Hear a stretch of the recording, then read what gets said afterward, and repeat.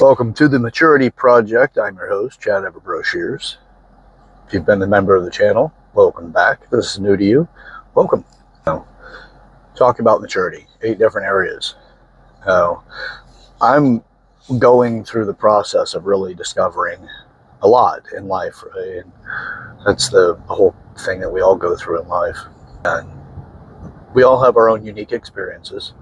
But what I'm thinking about here and what I've really started to focus on is why are there some people that are so incredibly successful and then other people just can't seem to get it together? And then there's all of us in between that don't fall in those 2 categories. You hear stories all the time of somebody that they kept trying and they failed, and they kept trying and they failed, and they kept trying and they failed, and then they tried and then they succeeded. But they succeeded big. Like they went from, couldn't make ends meet or couldn't balance their bank accounts, their checkbooks. They couldn't do it. And then the next thing you know, they're significantly wealthy. They've got more money than their family can spend. And it leaves you with lottery kind of mindset. They must have won the lottery, man. Or they were at the right place at the right time. They were just incredibly fortunate. They were lucky. I've never met one that it was complete luck. I know several very wealthy people, self-made, and it's interesting to me because what people don't know, they don't know the heartache, they don't know the lessons, they don't know the struggles the other person went through, as much as they pay attention to where they are once they're successful. Now, I'm not coming to this channel and bringing anything into this that says this is how you need to do things. This conversation and the conversations I've had up until this point are just with the attempt to inspire. I just want to make things, as good as I can without enabling anyone. And I'm present to the challenges that I'm going through in life, but I also give myself the privilege and the luxury of truly being involved in it at the time that it's going on. So as I'm going through something that's challenging and whatever, I don't just go numb to it going, oh, it's going to get better. I don't veil myself in the concepts that just detach me from the moment. I'd rather go through it and figure out what got me there, how my current circumstances are, and what I can do to navigate that. And what do you do to create a different future? So I have had people, ask me, or to even come at me with a kind of seemed like a prepared conversation that I had nothing to do with it.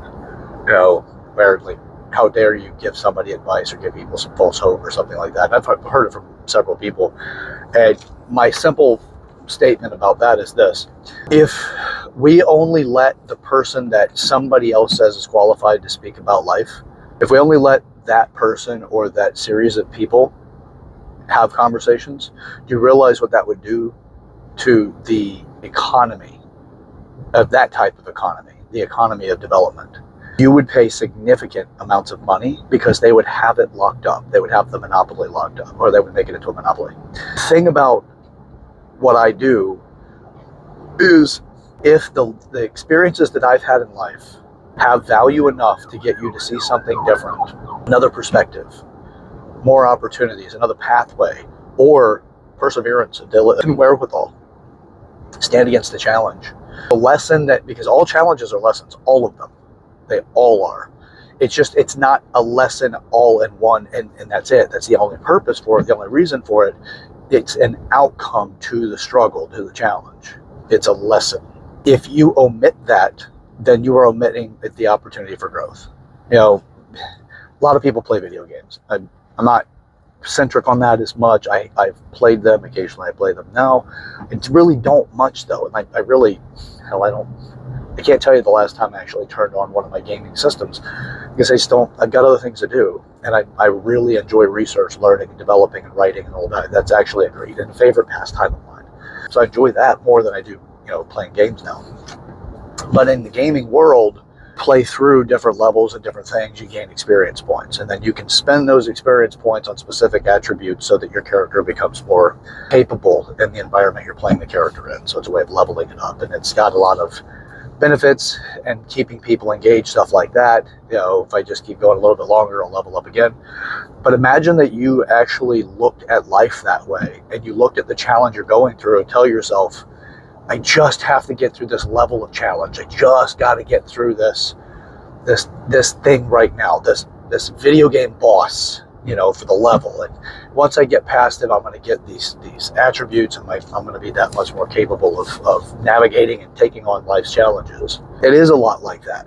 You don't have to frame it that it's the boss, the level boss, or, the video game thing, if that works for you. If not, it's just a quick framed concept that can potentially deliver something. So if the challenge that you're going through and the insights that I give you help you overcome that, and you are able to stay focused enough on that particular thing to overcome it, then you might have the key to being that next person that goes from this problem. Now, I used financial maturity as the framing point in the beginning of this, like that one person that can't seem to get their checkbook together, balance their checkbooks, and they just have financial hardship all the time. All of a sudden, they have more money than their family can spend. That's one of the 8 areas. It's just we don't really glorify the rest of it.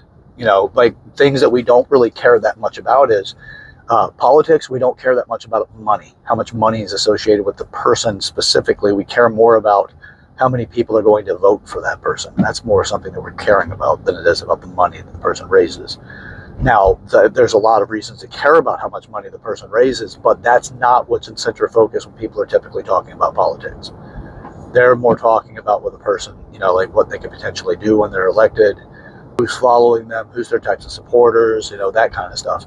We're actually more focused on community maturity, and that way we're more considerate of, actually, politics is there's a lot of politics that's community maturity.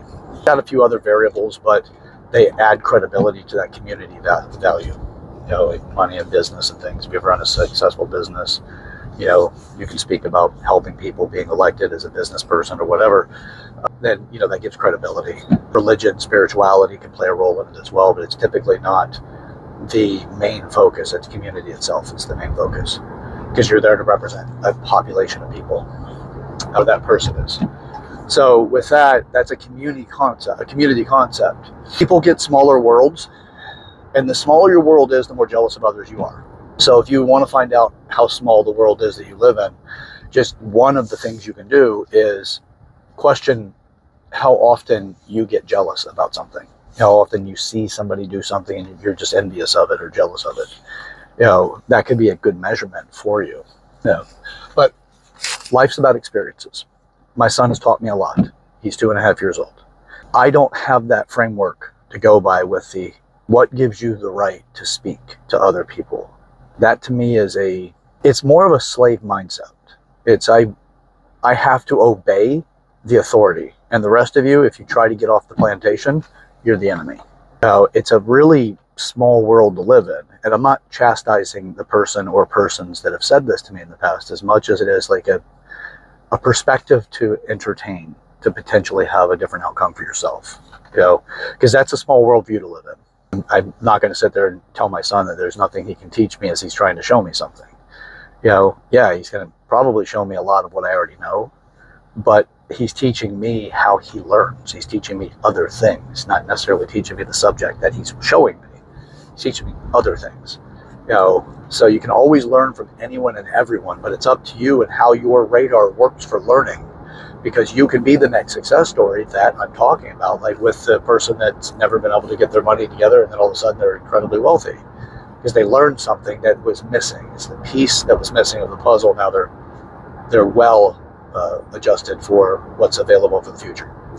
So, it's just something for us to continue to look at.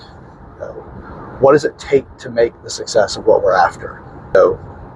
I've made all kinds of declarations in my life that I live into, which are, quarantining is a declaration that I've made instead of complete removal of somebody. Quarantining is putting somebody into a safe enough space they don't cause you harm, but you don't dismiss to the point that it's never communication again. It's not a banishment or exile, but it protects you from something.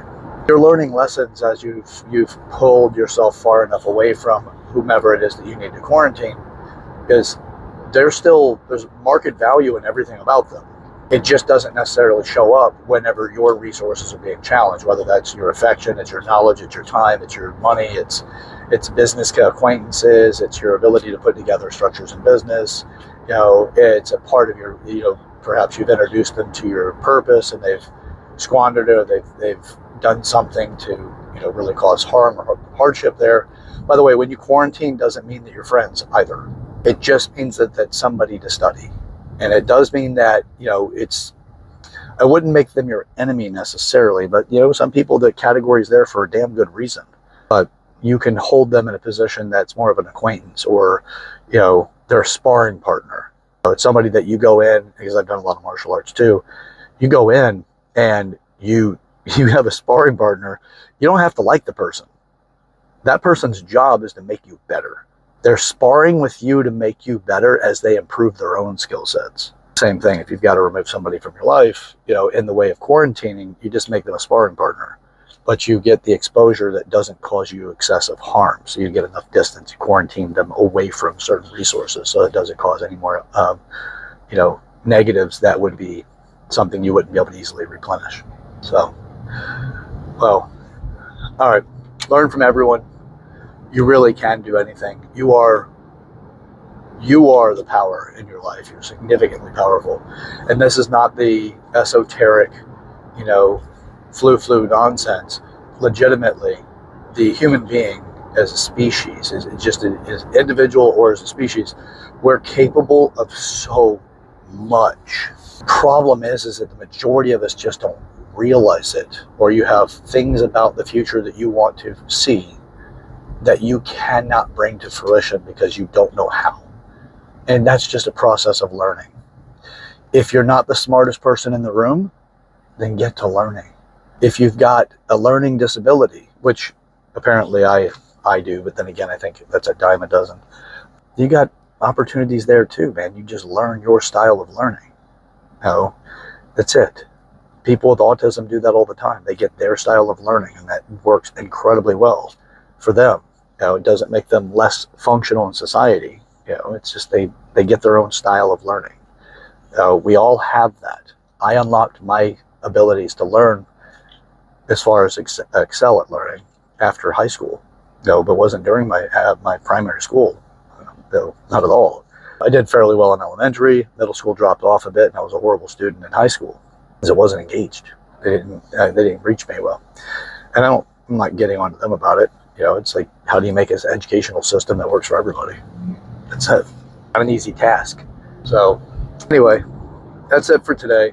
I know I kind of stopped abruptly, but we all can learn. It's what is it that you don't know? And if you keep asking yourself that question when you try something and it doesn't work, but it's worked for other people, just ask that question. What is it I don't know? So if you don't know what resources are necessary, guess what? Now you got a direction. What resources are necessary? Look it up. So if you're having a challenge with something, let's say you have an emotional issue, and you've got why do I keep having getting my heart broken or whatever? You know how many books are written on heartbreak and how to build healthy relationships? That's a fantastic direction. Hell, I'm writing a relationship course now myself that I intend to make a bigger difference with, which will be released soon. We will see. The plan is still there to have it done by the Saturday of next week, which will be October 12th. Also happens to be my birthday. So, yeah, I'm going to put it out there, man. So, well, with that being said, we got a lot to get to. Best way to do it is to access it the way that we really need to for ourselves. We don't all have to do it the same way, but there is a process of rowing the boat where we all row the same direction. But I got to help with getting you to the point you realize why we should all row the same direction. And that is for the betterment of all humanity, is that we create something so beautiful, something so amazing, but we're not doing it in a way that doesn't empower everybody to be a part of it. And that does require that, maturity is taught in a different way. If material access at all. So, all right, till next time, I'm your host, Chad Everett Brochures. This is the Maturity Project. Share this video with the person in your life that you want to start a powerful and meaningful conversation with. Yeah, got to get your community involved too. Change will happen with you. Remember, the path to hell is paved with good intentions. Let's start laying the bricks in a different direction. Let's lay it for paradise. All right. Till next time, let's get to it. Let's get up to it together. See ya.